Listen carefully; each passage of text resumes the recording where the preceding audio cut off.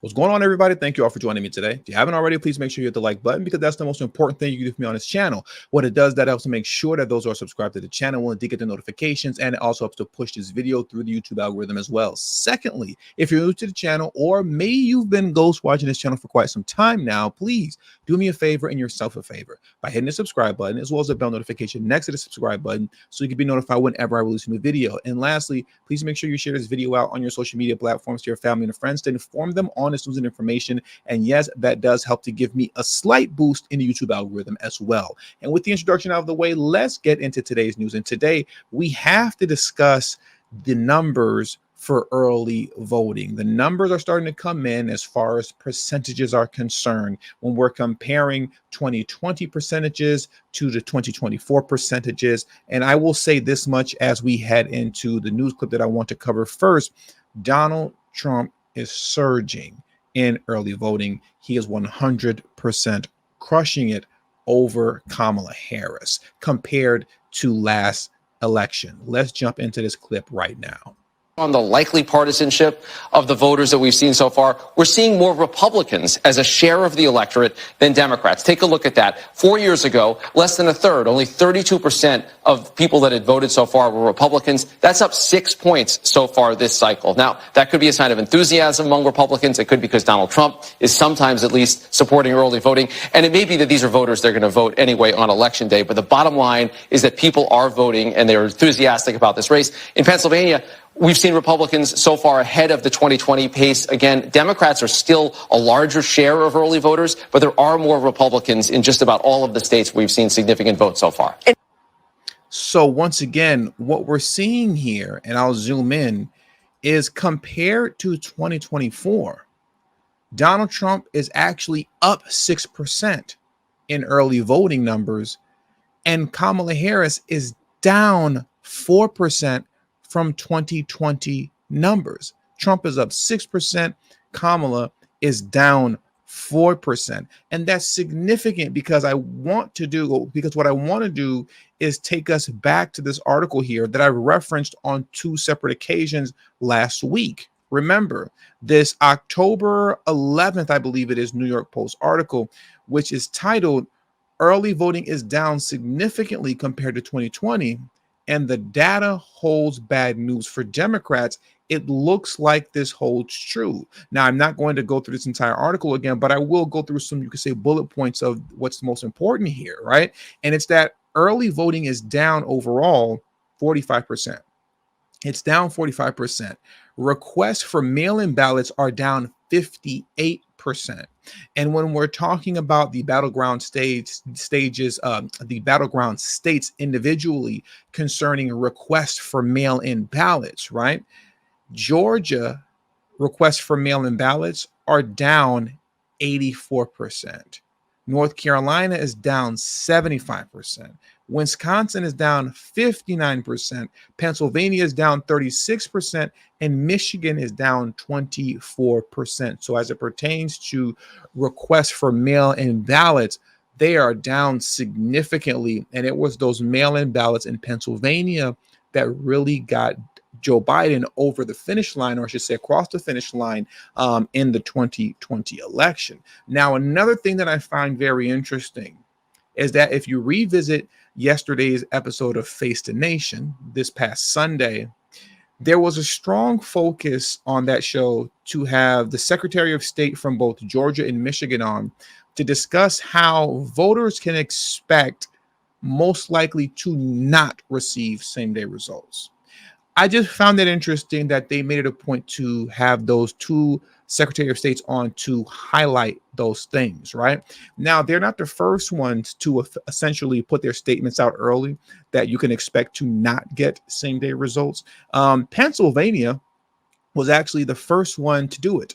Many of you may remember, because I covered this back in August of this year, when Ron DeSantis completely blasted the state of Pennsylvania after they released this tweet stating Pennsylvania won't always know the final results of all races on election night. Any changes in results that occur as counties continue to count ballots are not evidence that an election is rigged. See the full explanation at vote.pa.gov/fact check. And to that, Ron DeSantis responded, Florida elections have millions more votes casted than in Pennsylvania elections.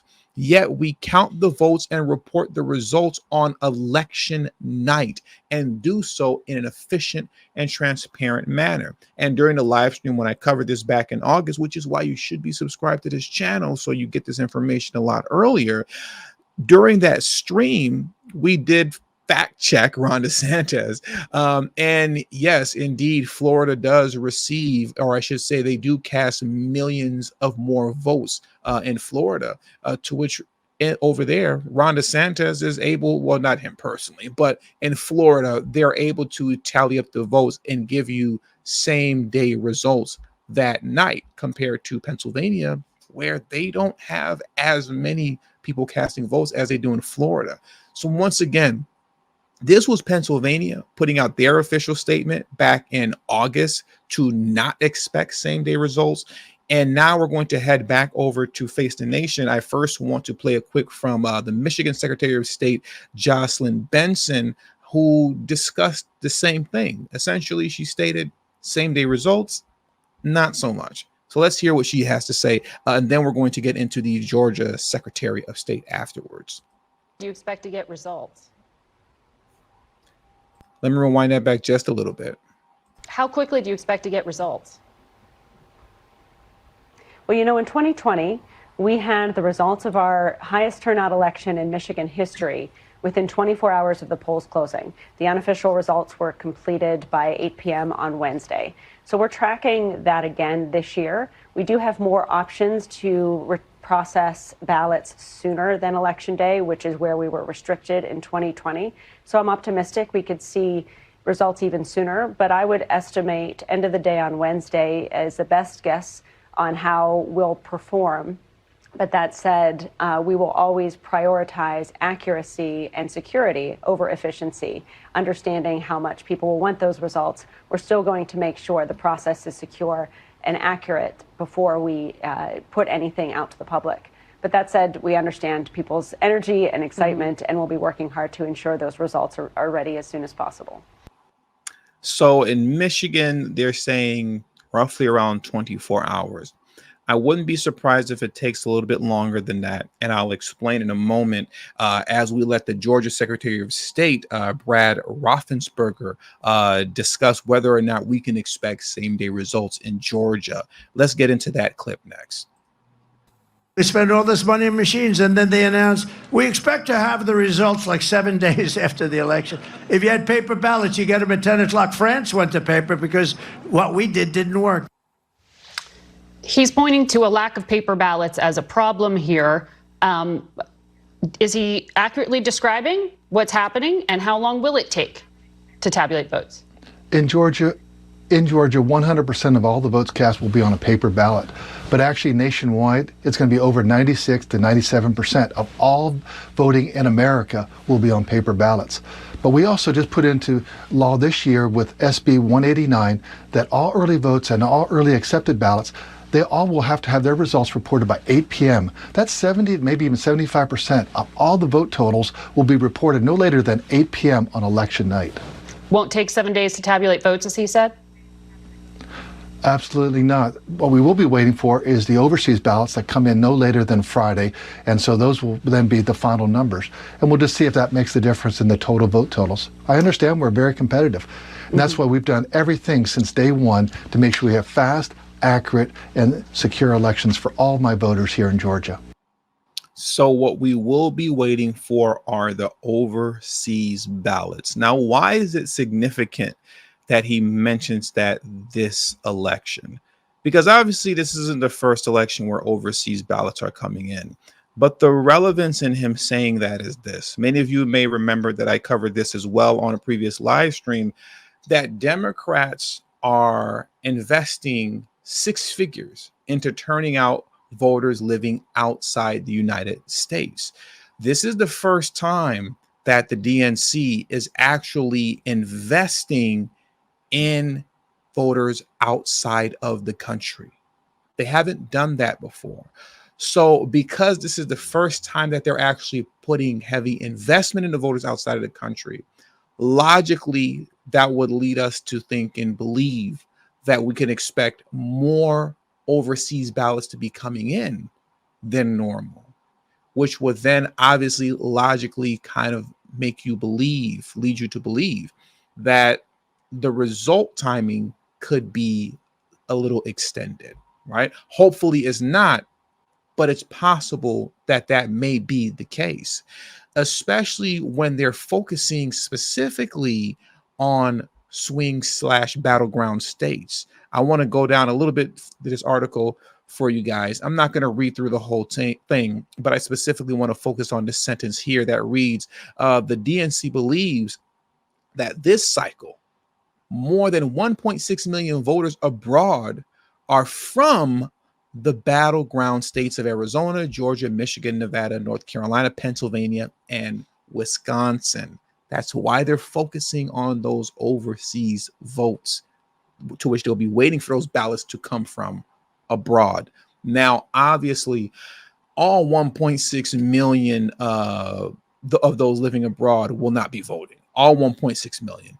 It'll most likely be a very small percentage of that 1.6 million, but that small percentage could be all that's needed.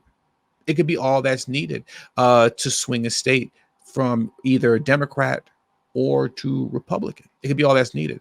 And once again, when you have this kind of heavy investment from the DNC now being placed in these overseas votes, things could get very interesting as it pertains to result timing, as obviously in those swing states, they're going to wait for those ballots to come in. Now, if I remember correctly, in Georgia, I believe he put a hard cap on Friday.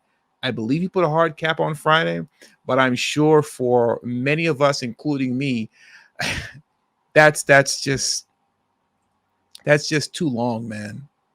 It's too long. November 5th is a Tuesday. That's a Tuesday. And we're talking about waiting up until Friday, November 8th, to really get all the results in for places like Georgia. I don't know. We'll see what happens, everybody. We will see what happens as we wait on these overseas ballots to come into the country. So with all that being said, that does it for today's show. Please hit the like button on your way out. Subscribe to the channel if you're new to the channel.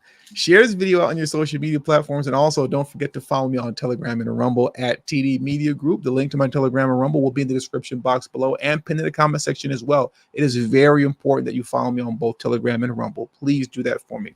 Thank you all for your time. Until the next video, peace and have a great afternoon.